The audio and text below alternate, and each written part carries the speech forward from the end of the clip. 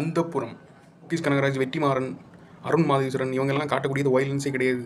அப்படிங்கிற ரேஞ்சுக்கு ஒரு வயலண்ட் வேர்ல்டு இந்த படத்துக்குள்ளே இருக்குது. கதை களமாக இருக்கட்டும், ஆளுங்களாக இருக்கட்டும், ஒவ்வொருத்தரும் 100 பேரை வெட்டின மாதிரி கொடூரமாக இருப்பாங்க பார்க்குறதுக்கு. குடும்ப பகை தான். குடும்ப பகையில் மாற்றி மாற்றி வெட்டி நடக்கிறதான் கதை. இந்த வயலண்ட் வேர்ல்டுக்கு தலைவராக பிரகாஷ்ராஜ் மகனாக சாய்குமார். இவர் மட்டும் இந்த கொடூர கூட்டத்துலேருந்து தப்பிச்சு வெளிநாட்டுக்கு போய் சௌந்தர்யாவை கரெக்ட் பண்ணி கல்யாணம் பண்ணி குட்டி போட்டு நிம்மதியாக வாழ்ந்துட்டு இருப்பார். ஒரு இனிய மாலை வேளையில் அவங்க அம்மாவுக்கு உடம்பு சரியில்லைன்னு ஃபோன் வரும். சௌந்தர்யாவும் பிள்ளையும் தூக்கிட்டு நேராக ஊருக்கு வருவார். வந்த இடத்துல சாய்குமாரை முடிச்சு விட்ருவாங்க. இனிமேல் இந்த கூட்டத்துக்கு நடுவில் நம்ம இருந்தோம்னா நம்மளையும் நம்ம பிள்ளையும் பலி கொடுத்துருவாங்கன்ட்டு சௌந்தர்யா குழந்தையை தூக்கிட்டு எஸ்ஸா ஒன்று நினைப்பாங்க.